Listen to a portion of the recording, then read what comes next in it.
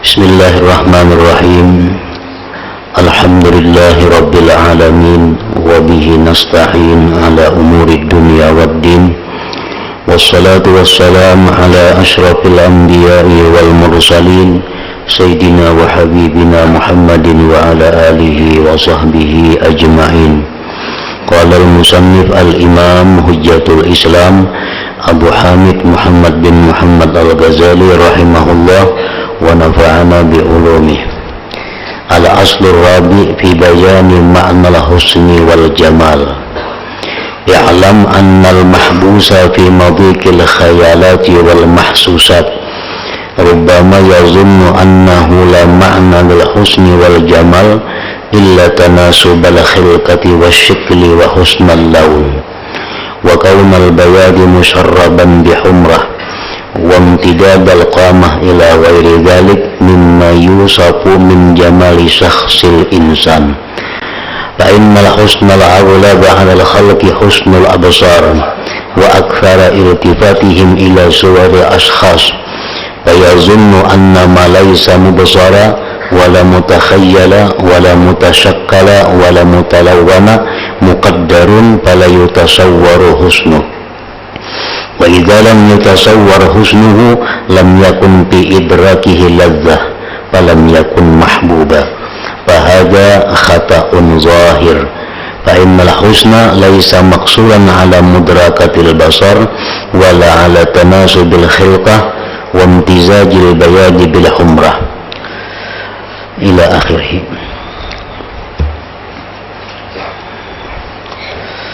Makna kalam al-imam al-Ghazali rahimahullah wa nafa'ana bi ulumihi fid dharain.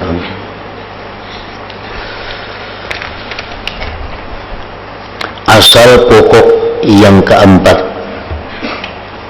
pada menjelaskan arti baik dan elok.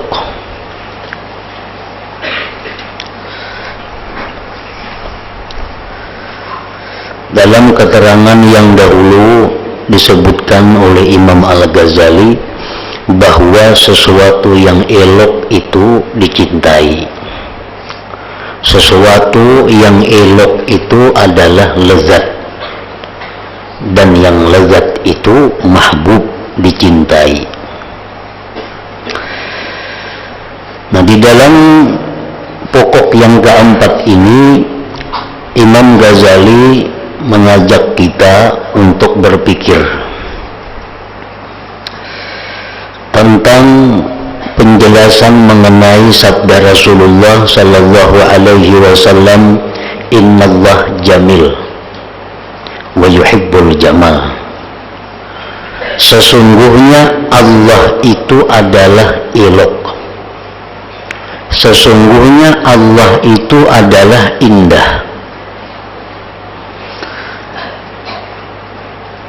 Bagaimana caranya kita mengetahui sehingga kita bisa memutuskan, menetapkan Allah itu indah, sedangkan Allah kada bisa dilihat dengan mata, perkataannya kada bisa didengar dengan telinga, tetapi disebutkan Allah itu indah.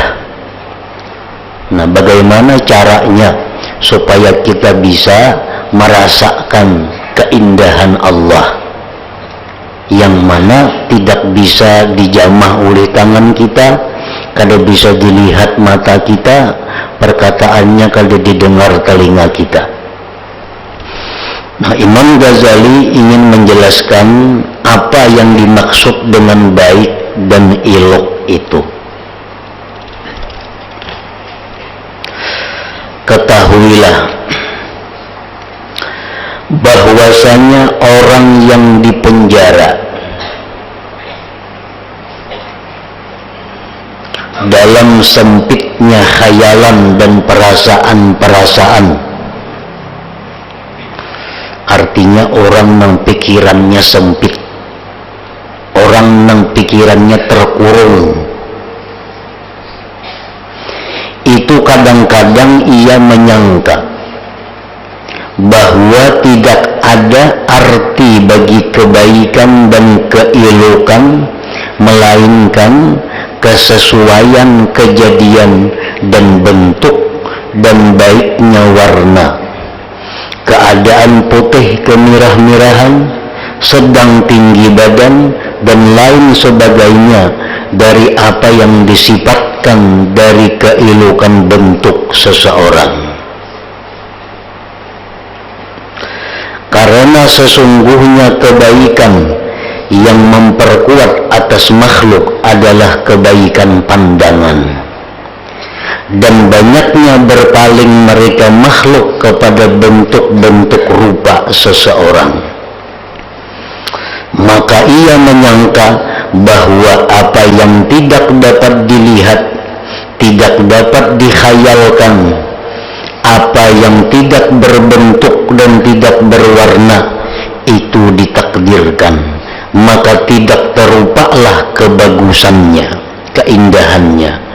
Dan apabila tidak terupa kebagusannya, keindahannya, niscaya pada mengetahuinya itu tidak ada kelezatan, maka itu tidak dicintai. Ini adalah salah yang jelas. Nah, maksudnya sebagian manusia yang pikirannya terkurung, yang pikirannya sempit, ia berpendapat bahwa sesuatu yang elok itu ujarnya adalah sesuatu yang bungas. Sesuatu yang elok itu, yang bungas itu ujarnya adalah bentuk yang baik, warnanya putih, tinggi awaknya sedang. Nah, sesuatu nang kadakawa dilihat dengan mata, sesuatu nang kadakawa dikhayalkan, itu kadakawa dipadahakan elok. Bila kadakawa dipadahakan elok, kadakawa dicintai artinya. Karena kita cinta kepada yang elok. Nah, pendapat ng orang ini itu salah. Nang hanya mengatakan bahwa keelokan itu, kebungasan itu hanya pada bentuk rupa. Nah, pendapat ini orang nang sempit pikirannya. Jadi bila ada sesuatu nang kada berbentuk, bila ada sesuatu nang kada kawa dipikirkan, itu ujarnya kada kawa dipadahakan ilok, otomatis kada kawa dicintai. Nah, ini pendapat salah.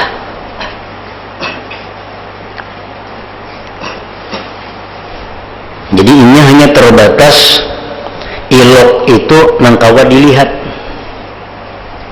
Bila kawa dilihat sesuai bentuknya, warnanya bagus, rupanya bungas, tingginya sedang, nah itu hanya dipadahakan ilok.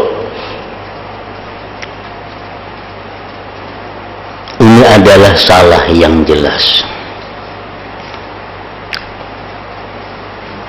Sebab kalau ini dipakai, kita kada kawa madahakan Allah ilok.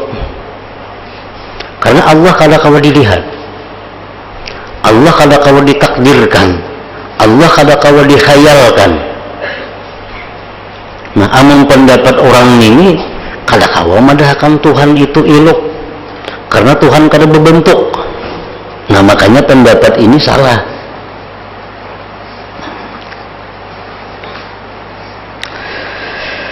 Karena kebagusan atau keindahan itu, ujar Imam Ghazali, tidak terbatas pada yang dapat diketahui oleh pandangan mata.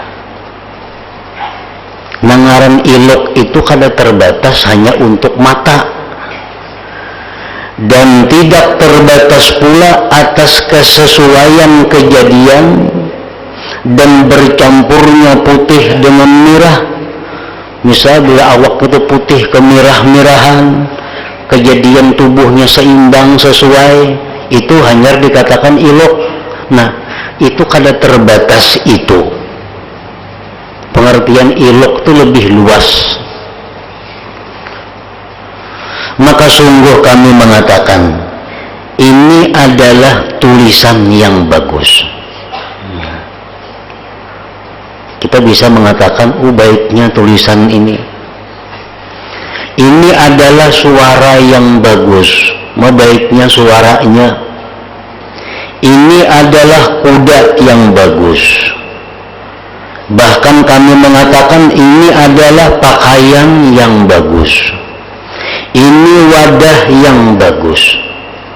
Nah, jadi artinya yang bagus-bagus, indah-indah itu bukan hanya terbatas kepada bentuk tubuh manusia. Yang indah, yang elok itu bukan hanya terbatas kepada tubuh manusia, tetapi tulisan bisa disebut indah, pakaian bisa disebut indah, bagus, kuda bisa disebut baik, indah. Maka apakah arti bagi bagusnya suara, tulisan? Kayak apa garang suara nang bagus itu? Kayak apa tulisan nang bagus itu? Dan hal-hal lainnya, kuda nang bagus tuh macam apa?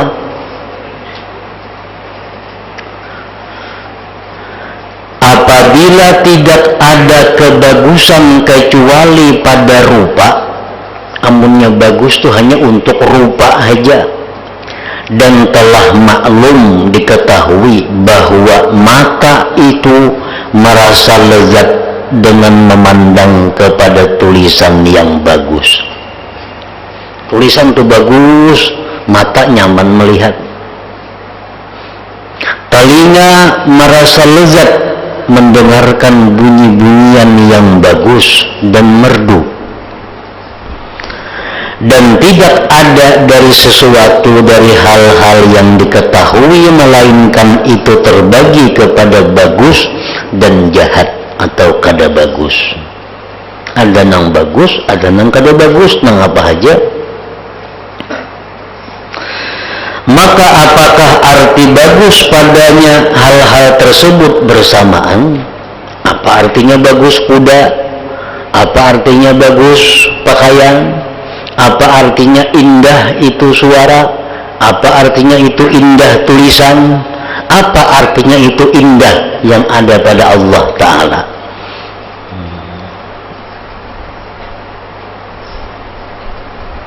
Maka tidak boleh tidak dari membahas tentang ini.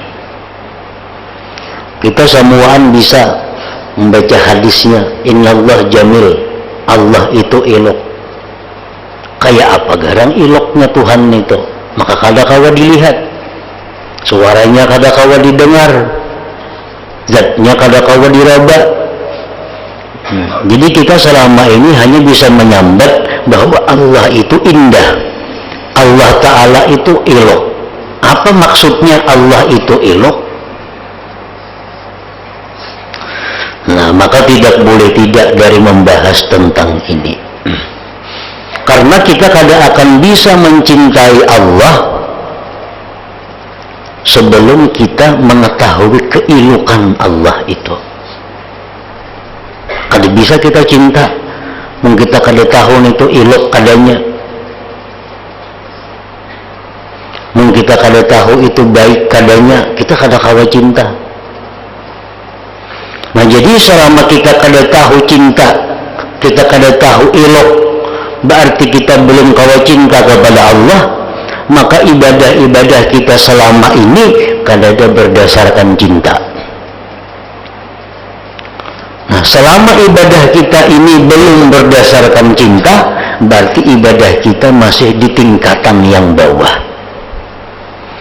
Paling-paling kita beribadah karena mengharap surga, kita beribadah karena takutan neraka. Nah, itu tingkatan orang-orang umum. Yang hebat itu, yang tinggi ganjarannya, tinggi nilainya, orang beribadah kepada Allah karena cinta lawan Allah. Nah, kayak apa cinta lawan Allah? Mesti mengetahui dahulu keelokan Allah. Nah, kayak apa keelokan Tuhan? Nah, ini yang dibahas, nah, ini yang dicari.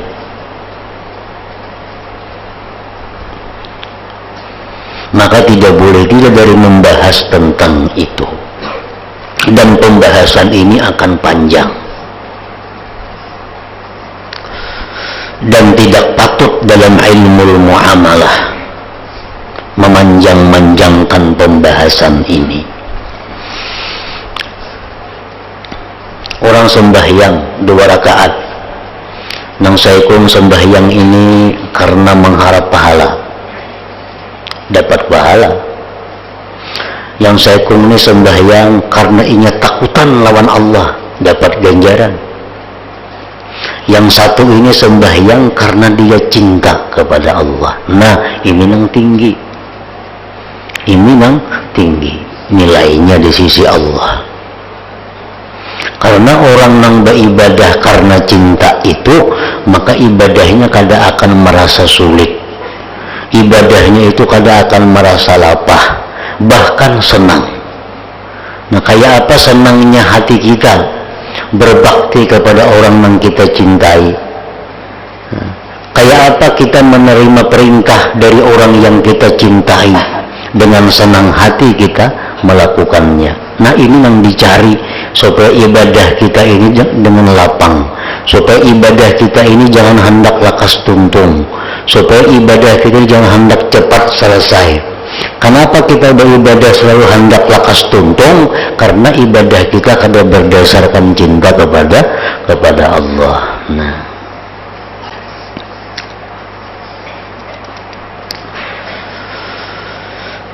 maka kami jelaskan dengan benar, ujar Imam Ghazali, dan kami mengatakan untuk mendapatkan sama dengannya kayak apa Tuhan itu ilok. Nah, itu aja intinya ini. Walaupun ula-ula dahulu sih menerangkan, cuma intinya kayak apa supaya kita ini tahu Tuhan itu ilok sehingga bisa kita cintai. Bahwa setiap sesuatu itu keilukan dan kebagusannya pada mendatangkannya kepada kesempurnaan yang layak padanya dan mungkin baginya. Sesuatu itu dikatakan ilok, dikatakan indah apabila kesempurnaan ada pada sesuatu itu. Nah, sesuatu itu dikatakan ilok, dikatakan indah apabila kesempurnaan ada pada sesuatu itu. Maka apabila seluruh kesempurnaannya yang mungkin itu datang, maka itu pada penghabisan keilokan. Apabila kesempurnaan yang datang itu sebagian, maka baginya sebagian dari kebagusan dan keelokan dengan kadar kesempurnaan yang datang padanya. Kalau kesempurnaan itu 100% ada pada diri sesuatu, maka diri sesuatu itu eloknya pun 100%. Kalau kesempurnaan itu datang kepada sesuatu cuma 50%, maka eloknya sesuatu itu pun 50%. Jadi eloknya bagusnya sesuatu tergantung kesempurnaan yang datang padanya. Misalnya seseorang manusia, kesempurnaan yang layak lawan diri manusia, orangnya putih, kemirah-mirahan, matanya galak, hidungnya mancung, semuaan sempurna. Sifat-sifat kesempurnaan ada pada manusia itu, maka eloknya manusia itu sempurna. Ada lagi yang putih orangnya, ininya bagus, tapi ada tapinya. Nah, kesempurnaannya betapi, kebagusannya pun betapi juga.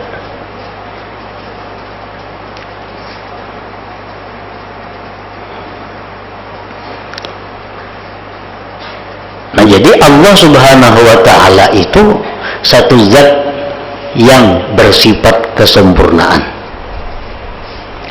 Apabila kesempurnaan itu seluruhnya ada pada Allah, maka Allah itu sempurna keindahannya, sempurna keelokannya.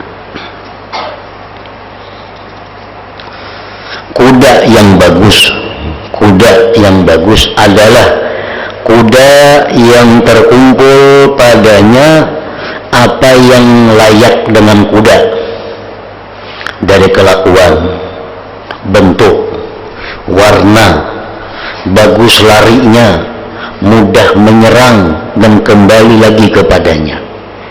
Nah, kuda itu dikatakan indah, kuda itu dikatakan bagus kalau sifat-sifat kesempurnaan untuk kuda cukup. Warnanya bagus, kuda itu larinya cepat, menyerangnya hebat, diaturnya mudah. Nah, maka kuda itu menjadi elok, menjadi indah.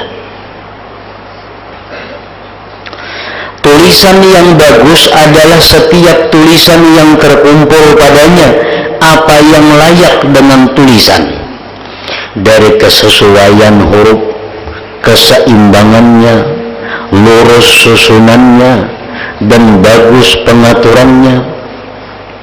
Lalu tulisan itu menjadi indah.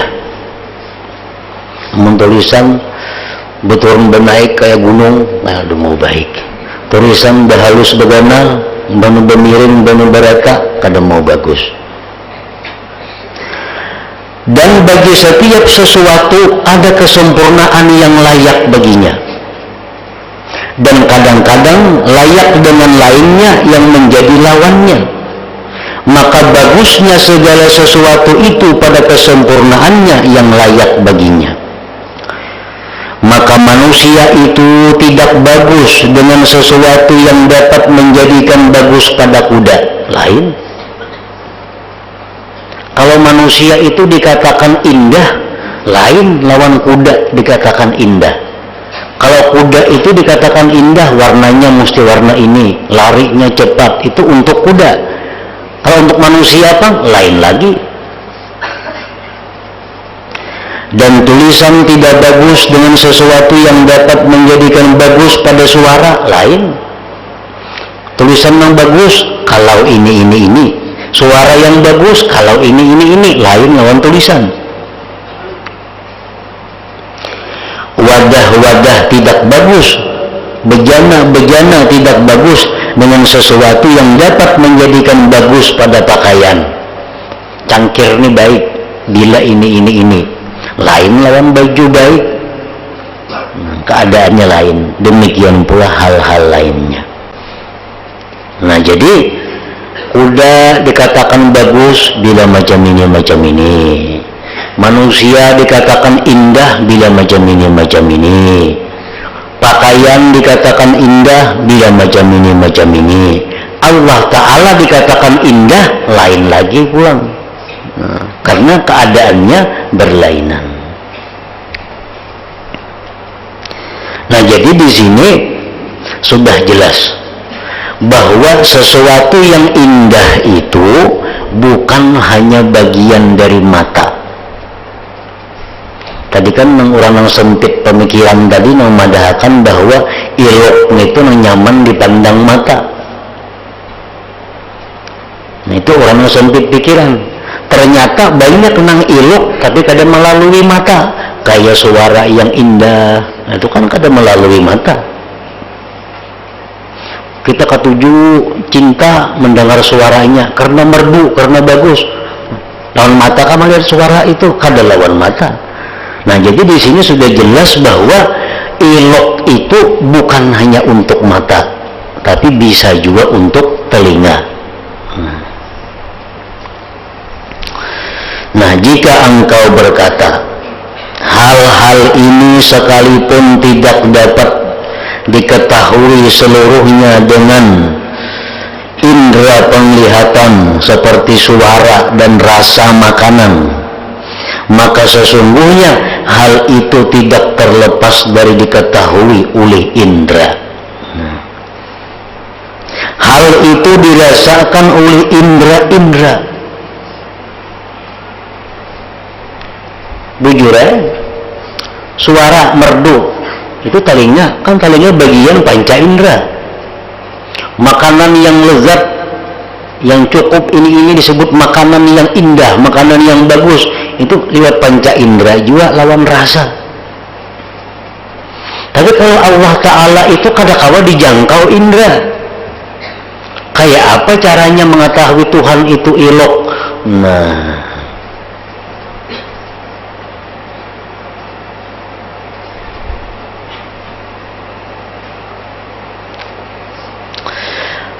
maka sesungguhnya hal itu tidak terlepas dari diketahui oleh indera. Hal itu dirasakan oleh indera-indera. Kebagusan dan keelokan itu tidak diingkari bagi yang diterima oleh indera-indera. Kita kan mengingkari itu indah selama kawa diketahui lewat panca indera. Berhasilnya kelezatan tidak diingkari dengan diketahui kebagusannya. Yang demikian itu hanya diingkari pada yang tidak dapat diterima oleh indera. Nah, Allah Ta'ala ujarnya kadakawa diketahui lewat panca indera. Berarti kadakawa madahkan Tuhan itu ilok. Bila kadakawa madahkan Tuhan ilok, kita kadakawa mencintai Tuhan. Nah, ini pendapat orang yang sempit pemikirannya. Inya hanya mengatakan bahwa ilok itu kalau bisa dijangkau oleh panca indera. Bila kadakawa lewat panca indera, kadakawa mengatakan ilok. Nah, jadi ini sudah ada dua yang kita lalui. Pendapat yang sempit pertama, inya mengatakan bahwa ilok itu hanya lewat mata. Orangnya bungas, putih, tingginya sadang, ini lu indah. Kalau kada lewat mata, jadinya kadakawa dipadahkan ilok. Nah, diterangkan oleh Ghazali bahwa tulisan suara kan kada lewat mata, makanan yang lezat kadakawa lewat mata, tapi dipadahkan ilok, dipadahkan bagus, kalaunya sempurna. Nah, kalah sudah itu. Lalu pendapat sempit yang kedua, kalaunya itu masih lewat indera, makanan masih lewat indera, suara masih lewat indera, kita mengetahui baik kadanya. Kalau sesuatu itu kada diketahui lewat panca indera, kadakawa dikatakan ilok. Nah, lalu ujar Imam Ghazali menjelaskan, ketahuilah bahwasanya kebagusan dan keelokan itu wujud pada selain yang diterima oleh indera.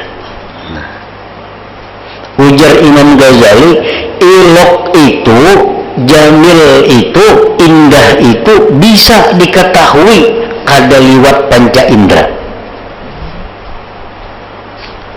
Sesuatu itu dikatakan indah bisa kada liwat panca indera, kada liwat mata, telinga, macam-macam itu.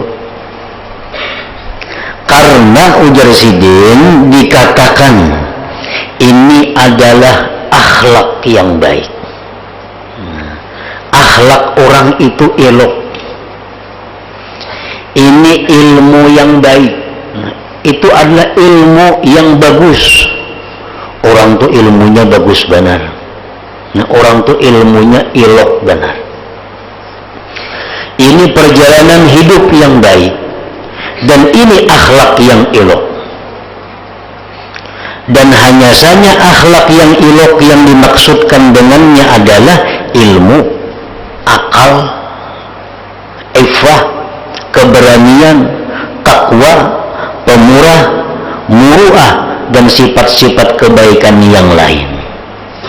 Bahwa orang itu akalnya hebat benar. Nah, orang itu akalnya bagus benar. Gimana tahu kita akalnya bagus? Lawan mata kamu lihat akal itu. Lawan telinga kita mendengar akal. Lawan tangan kita meraba akal. Tapi seringkali kita mengatakan bahwa orang itu akalnya bagus. Nah, berarti ada sesuatu yang bagus kada liwat panca indera mengetahuinya.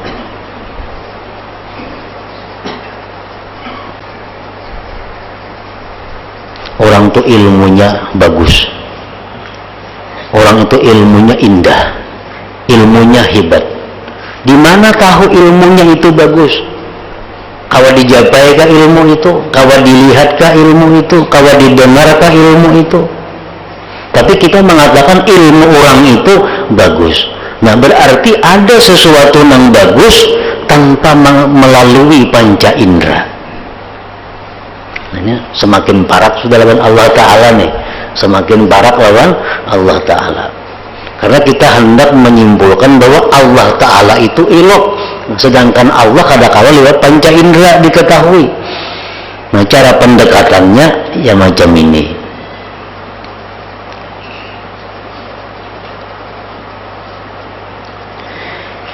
Sesuatu dari sifat-sifat tersebut, ilmu, akal, ifah, kehormatan artinya, tidak dapat diperdapati dengan panca indera, akan tetapi dapat diketahui dengan nur mata hati batin. Nah, dengan mata hati batin, atau seringkali disebut dengan indera keenam. Jadi kalau hendak mengetahui Allah Ta'ala itu indah, Allah Ta'ala itu bagus, jangan lihat panca indera yang 5 ini. Karena panca indera yang 5 ini kepada sesuatu yang berbentuk. Allah kada berbentuk. Untuk mengetahui bagaimana indahnya Allah, jangan menggunakan mata telinga ini, tapi gunakan mata hati. Nah, gunakan mata hati. Akan tetapi dapat diketahui dengan nur mata hati batin. Semua sifat-sifat ilok ini dicintai. Ilmu, akal, ifah, keberanian, takwa, nah itu dicintai. Orang yang bersifat dengan sifat-sifat tersebut juga dicintai. Ilmu yang bagus itu dicintai. Orang yang berisi ilmu yang bagus pun dicintai juga. Otomatis itu sudah. Akal yang indah, akal yang bagus itu dicintai. Orang yang punya akal bagus dicintai juga, otomatis itu.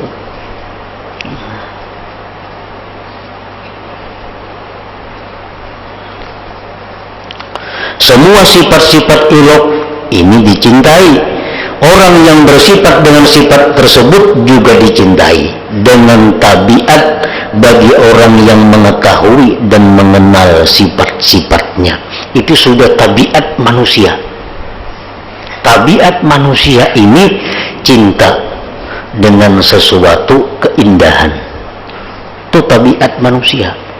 Kalau orang kada ketujuh lawan keindahan, ini kada manusia. Kada manusia. Karena Allah sudah membuat manusia itu punya tabiat suka dengan keindahan.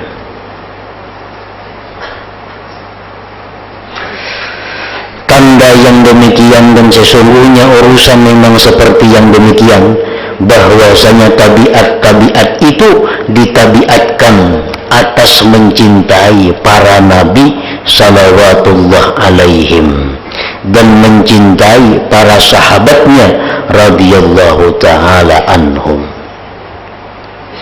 Kita cinta lawan nabi, cinta lawan nabi, lawan sahabat-sahabatnya cinta,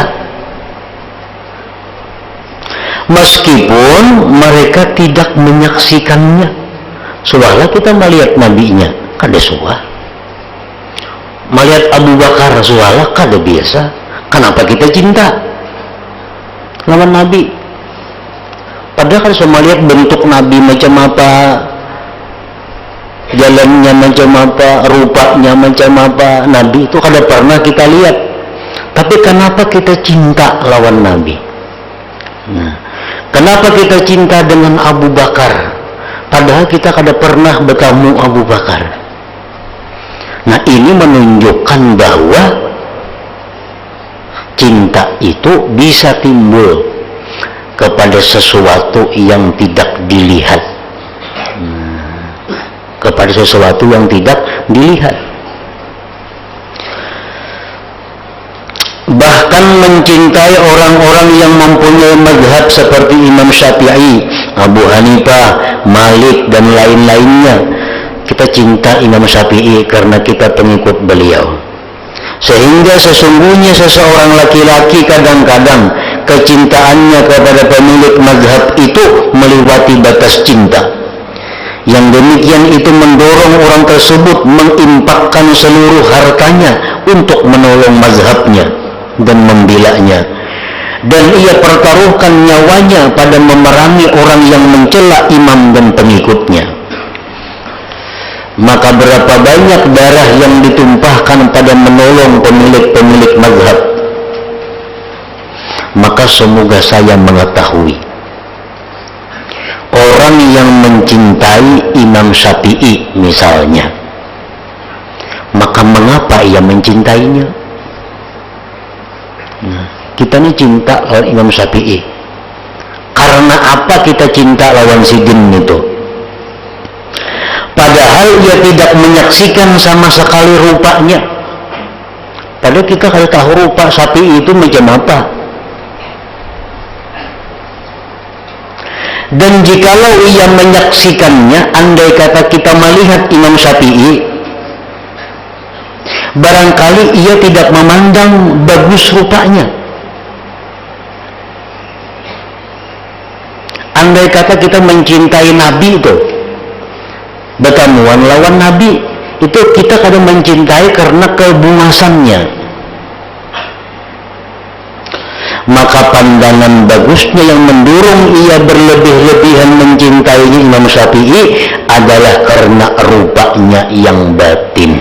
Nah, kita cinta kepada Imam Syafi'i bukan karena bungasnya, bukan karena putihnya Sidin, bukan.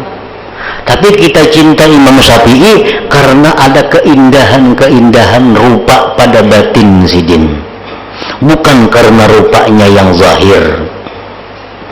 Rupanya yang telah bertukar dengan tanah bersama tanah. Dan hanya saja ia mencintainya karena sifat-sifatnya yang batin dari agama. Takwanya Imam Syafi'i, banyaknya ilmu, baiknya ilmu beliau, menguasai dengan ilmu-ilmu agama, bangkit untuk memberi faedah ilmu syariat.